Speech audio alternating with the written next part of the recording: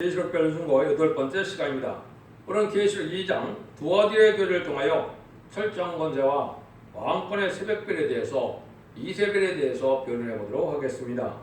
2장 18절 19절인데요. 먼저 아무리 모든 일이 발전했다 해도 악의 세력을 용납하면 환난에 떨어지게 되고 제레미를 용접할 수 없다는 교훈을 준 것입니다. 치리를 아무리 잘했다 하더라도 악의 세력을 허락하고 용납한다면 환난에 빠지게 된다. 이걸 알려주는데요. 18절 19절입니다. 두아디라 교회 사제에게 편지를 그 눈이 불꽃 같고 그 발에 빛난 주석과 같은 하나님의 아들이 가로사대 내가 네 사업과 사랑과 믿음과 성경과 인내를 아노니 네 나중 행위가 처음 것보다 많도다. 심판주 예수님의 모습이 눈이 첫 번째 불꽃 같다 하셨죠. 이건 빠짐없는 통찰력이 있으신 분임을 우리가 알게 하시고, 또 이제 발이 빛난 주석과 같다는 것은 천하가 당할 수 없는 무적의 주님이라는 것을 알려준 것이죠. 근데 이 두아디라 교회가 참 많이 발전을 했기 때문에 칭찬은 많이 들죠. 또 실질적으로 열매도 많이 맞는 그런 교회다 이 말이거든요. 사업도 잘하고 사람도 많고 또 믿음도 좋고 성기도 잘하고 인내도 있어서 처음보다 발전이 많은 교회라고 칭찬을 많이 하셨습니다. 그런데 문제는 이제 20절 22절이죠. 그러나 내게 책망할 일이 있노라. 자칭 선지자하는 여자 이세벨을 네가 용납하미니 그가 내 종들을 가르쳐 깨요 행음하게 하고 우상의 제물을 먹게 하는 인도다.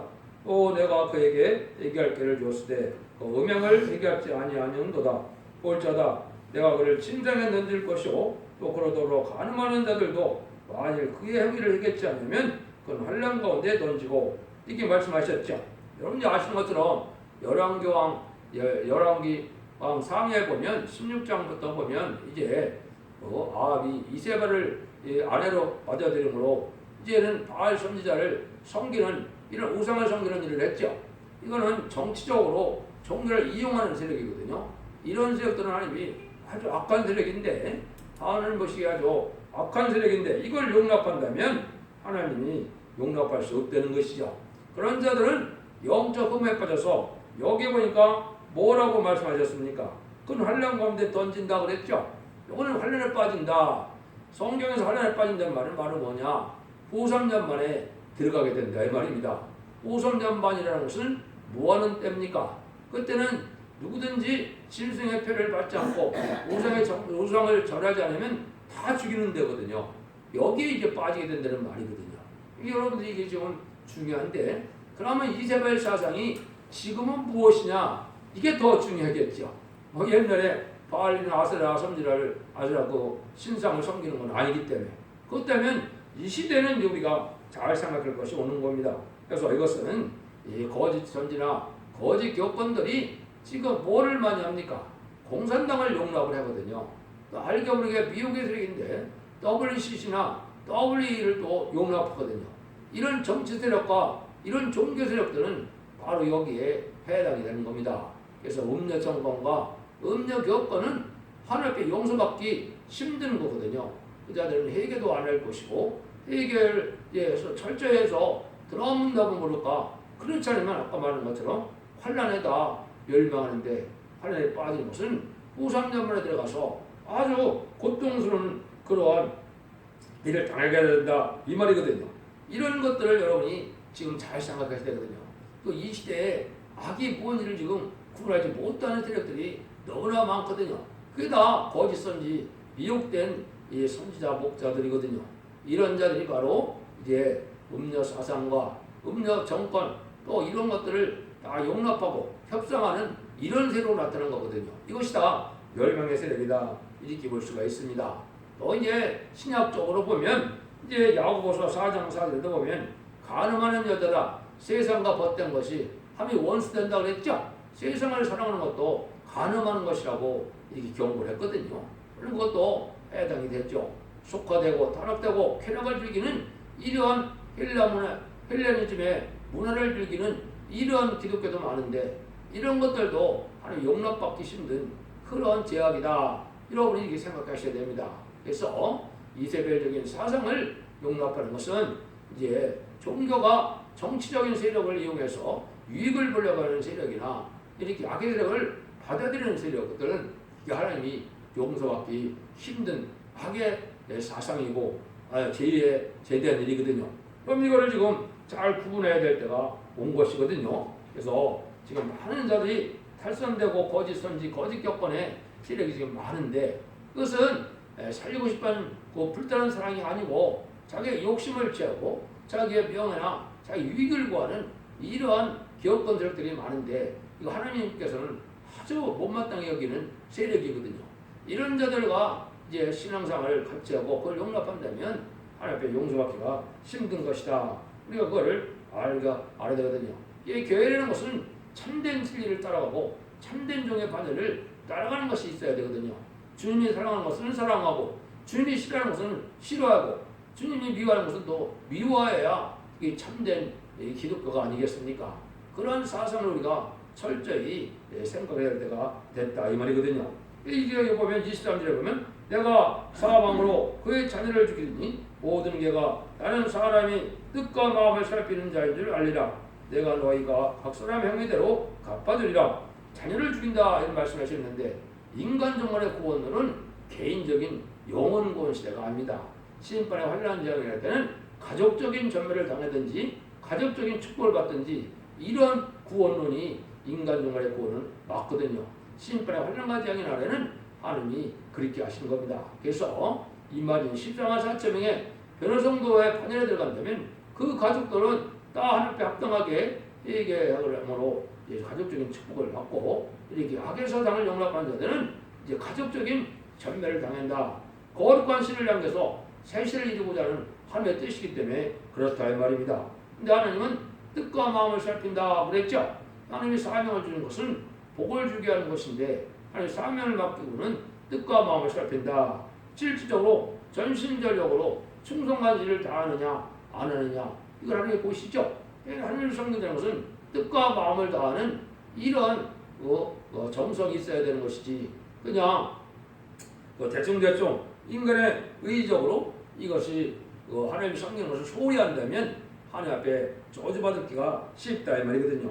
그래서 이제는 참으로 이 시대는 진리적인 멸공사상으로 희생과 수고를 다하고자 하는 이러한 철저한 순교적인 사상이 필요한 거고 그런 믿음이 확실한 믿음의 사상이 필요한 때다 이렇게 볼 수가 있죠. 그래서 뜻과 마음을 잘 살피는 하나님께 합당한 자로 인정을 받아야 되니까 하나님의 사명을 맡기고는 하나님이 이제는 살펴서 그것을 기쁨과 즐거움으로 이제 뜻과 마음을 다해서 충성과 진리를 다하는 자들은 합당한 자로 여겨서 입맞은 자게 되므로 이제 14만 4천 명의 변호성도가 되어 세세 왕권의 축복을 받게 되는 그렇지 않은 자들은 아까도 말씀드린 것처럼 환난에 빠지게 된다 이 말이죠. 그래서 여기에 보면 또 이제 사단의 비밀이 있다 그랬죠.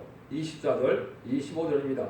두아디라에 남아있는 이 교훈을 받지 않냐고 소위 사단의 깊은 것을 알지 못하는 너에게 말하노니 다는 짐으로 너에게 지킬 것이 없느라 다만 너에게 있는 것을 내가 올 때까지 굳게 잡으라. 그래서 하나님께서 주신 사명 하나님께서 주신 것이 뭘까요?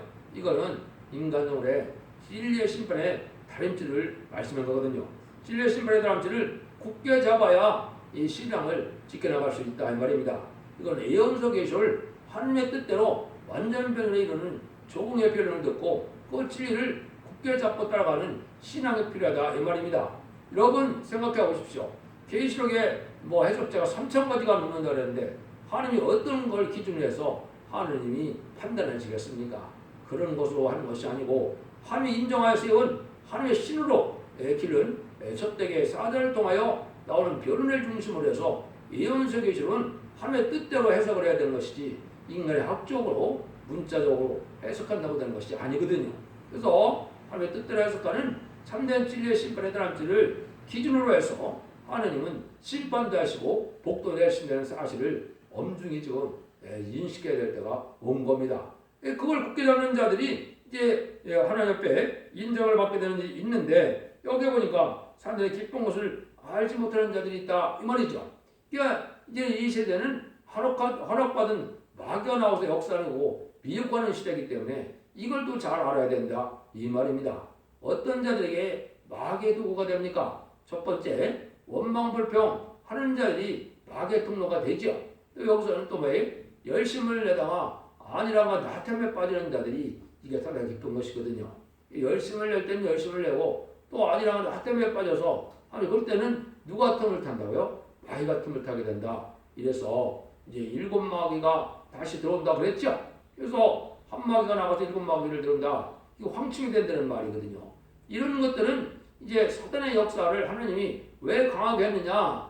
이제는 알고와 측정을 가려서 심판 때 남길 자와 멸망할 자를 가르는 때이기 때문에 하나님은 이 마귀에게도 허락받은 그런 권세를 주는 거거든요. 그렇기 때문에 여러분들이 이걸 잘 조심을 해야 된다 이 말입니다. 그래서 하나님에 대한 열심은 불타는 사랑으로 열심을 내야 되는데 이렇게 태만해지고 나태해지고 이러다 보면 마귀가 틈타게 돼서 결국은 미혹받는 것이 되는 거거든요. 마귀의 근본은 미혹이거든요.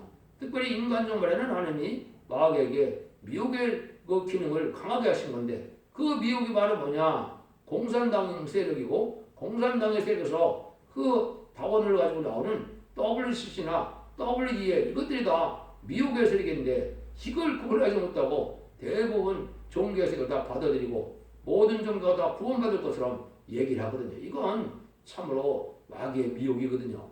이런 걸 구분하지 못한다면 이제 하나님 한량과 제한을 살아남지 못한다는 것을 우리에게 알려주는 겁니다. 이걸 여러분들이 이제 잘 기억해야 될 때가 왔다 이 말이거든요. 그러면 이제 하나님은 뭘 요구하는 신앙입니까? 26절 27절이죠. 이기는 자와 끝까지 내 일을 지키는 그에게 마음을 다스리는 권세를 주리니 그가 철정을 가지고 저희가 다스려 질그릇 깨뜨리는 것 같이 하리라. 나도 내 아버지께 받은 것이 그러하니라. 참 여기 예수님께서 놀라운 말씀을 하시는 겁니다.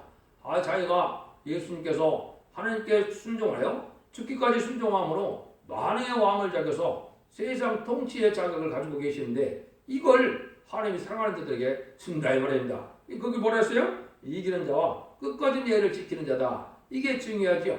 이 다음 시간에 이제 이기는 거의 비밀에 대해서 이제 말씀을 드릴 텐데 여기 이기기도 하고 그 다음에는 하나님의 사명을 끝까지 말씀을 지켜나가서 삶을 끝까지 지키는 자들에게 하나님이 주님께서 철저한 권세를 준다고 했죠. 이 철저한 권세는 세상에 통치권을 준다는 이 말이거든요.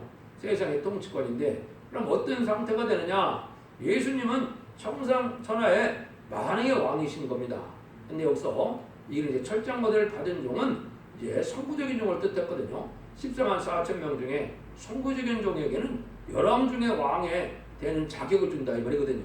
모든 왕들을 다스릴 수 있는 이런 권세를 주겠다는 말이 예수님이 바로 철저한 권세를 주겠다 이 말이거든요. 이 철저한 권세 받은 종이 어떻게 나옵니까? 이게 계시록 12장 1절부터 5절에 보면 해를 입은 여자가 해의 수고를 다하여 장차 철저함으로 마음을 다스릴 남자아이를 낳는다 그랬죠. 여기 이제 선구적인 종이 나오는 방법입니다. 완전 변론의 역사로 첫대기에서 해산의 수고를 다하는 것은 많은 호소와 기도로 해서 쌍내다는 기도로 이제는 하나님이 선구적인 종을 일으키는 역사가 있어야 인의 권세를 받고 증인 권세를 받아서 10만 4천명의 변호성을 일으키는 종이 되거든요. 이 종에게 지금 여기 철저한 권세를 주신다는 말씀하는 겁니다. 이것이 바로 뭐냐? 예수님의 대행자다 이 말이거든요. 그래서 이게 심판주 예수님의 대행자가 말세 사명자 중에 나오게 되는 것을 지금 말씀하는 겁니다. 이것이 아주 중요한 의미가 있는 거거든요. 그래서 이제 철장된 종이 나오면 그 종을 통하여 이제는 세상을 심판하는 일을 했는데 전삼년에 37개월 동안은 이제 일을 쳐서 인마진 14만 4천 명의 변호성들을 익히는 일을 먼저 하고 근데 5개월 황충에 난 때는 이제는 입맞지 않은 정도는 황충의 피해를 당하지만은 태권 백성들 해결시키는 역사가 있게 되거든요. 그 다음에는 이제 계시록 11장 3절부터 6절처럼 정인 권세 받은 재앙으로 땅을 치는 권세를 갖고 이제는 공산당이 이 땅에 들어와서 지금 예수를 못 믿게 한 지가 100년이 넘었죠. 지금 102년, 103년째 되고 있죠. 그러니까 여기에 이제 예수님을 구세로 영접하지 못하는 예수님을 알지 못하는 자들에게 마지막 복음을 전해서 회개하고 따라오는 자들을 예비적으로 인도하면은 구원의 역사가 끝나거든요. 그럼 바로 5~3년만 들어가면 5~3년만은 환란이고 재앙이고 심판이기 때문에 구원의 역사가 없는 것입니다. 이렇게 해서 하나님의 구원의 소리를 이루어가게 된다는 사실을 여기 말씀하신 거거든요. 그래서 그런 일들을 이제 하는 종이 아까 철장 모델 받은 종이 대한 것이 여러 군데 이제 예언이 됐는데 한두 군데만 설명을 드린다면 계시록 11장 3절에는 두 증인 권세를 받을 종을 첫 번째 얘기했다고 볼 수가 있고요. 이사 11장 4절에 보면 이제는 하나님이 7명으로 이제 무장이 돼서 이 말씀 권세를 받은 종인데 여기 뭐라고 그랬습니까? 공의로 급변한 자를 심판하며 정직으로 세상의 문제를 판단할 것이며 그 입의 막대기로 세상을 치며 이틀의 기운으로 악인을 죽일 것이며 여기 이제 말씀 권세, 철장 권세를 받은 종을 뜻한 거거든요.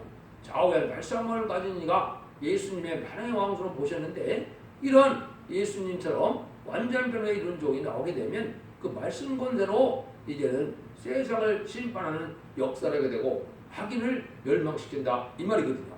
이런 종이 이제 나오게 돼서 인간 영혼의 역사가 본격적으로 시작되는 것이 마지막 한 일에 1300년 만에 구원의 역사거든요.